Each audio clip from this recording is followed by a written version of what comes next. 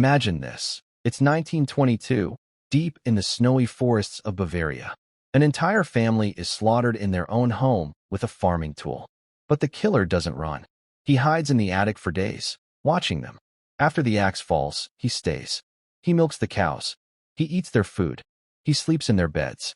Footprints prove he was there. Smoke from the chimney proves he lingered among the corpses. This isn't a horror movie. This is the true story of Hinterkaifeck, Germany's most disturbing unsolved murder. And it still haunts us more than a century later.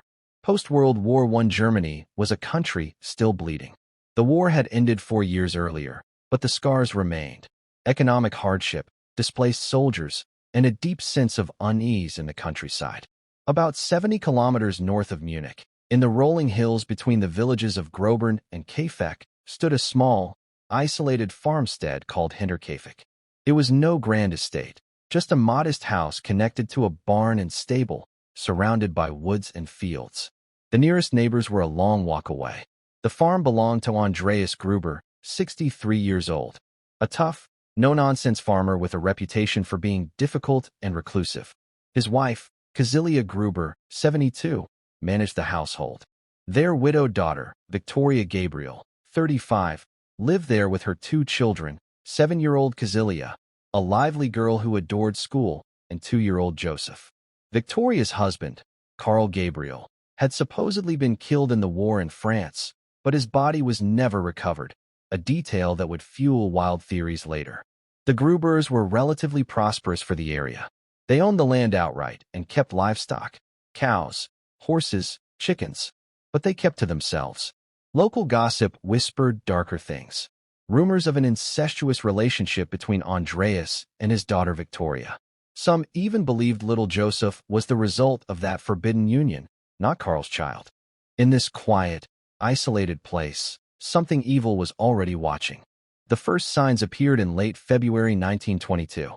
Andreas noticed fresh footprints in the snow leading from the dark woods straight to the farmhouse. But there were no footprints leading back out. Whoever made them had come and stayed. Soon after, the family found a Munich newspaper on the property, one none of them had bought or subscribed to. Andreas began complaining of strange noises in the attic at night. Footsteps, rustling, scraping. The previous maid had quit in terror just weeks earlier, telling people the house was haunted. She heard voices and footsteps when the family was asleep. Then the keys to the tool shed vanished.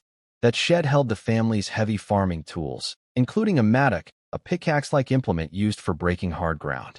Food started disappearing from the pantry. Sausages, meat gone.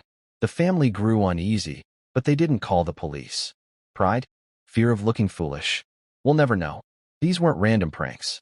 Someone was living in the attic, hidden above their heads, learning their routines, waiting for the perfect moment.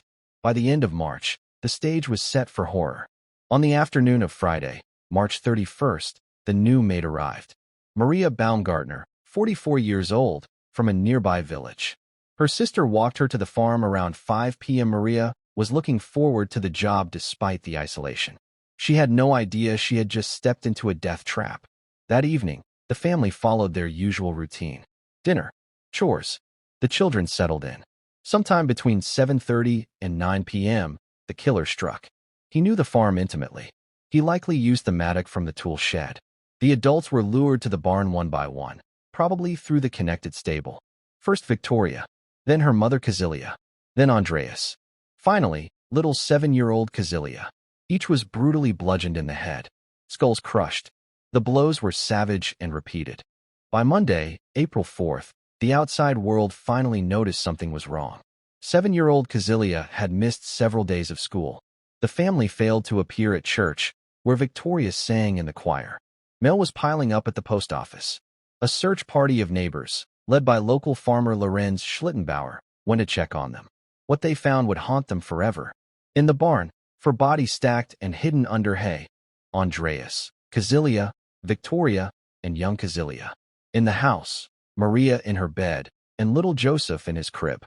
The scene was a slaughterhouse. Blood soaked the barn floor. The Munich police were called in. Investigators recovered the bloody mattock in the barn loft. Autopsies confirmed the cause of death for all 6, repeated blows to the head. Nothing was stolen, ruling out simple robbery. No clear forced entry. The killer had known the farm perfectly. The case file exploded. Over 100 suspects were questioned. The farm was eventually demolished, but the mystery only grew. Police had no shortage of theories. Lorenz, Schlittenbauer, the neighbor who led the search party, quickly became a prime suspect.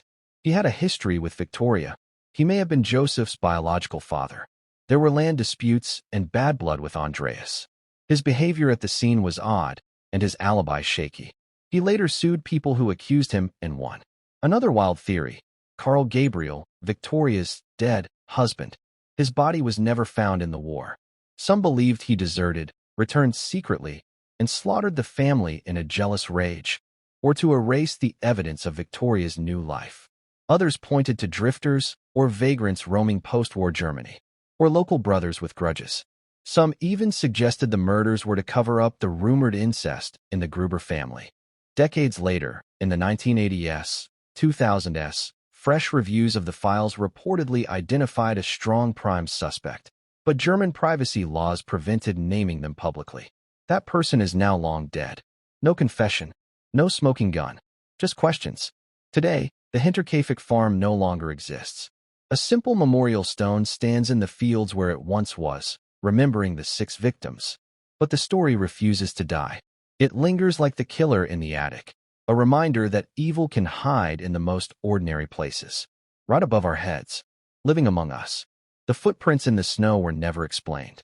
The smoke from the chimney eventually stopped, and the killer walked away into history, never caught. Some cases aren't just unsolved.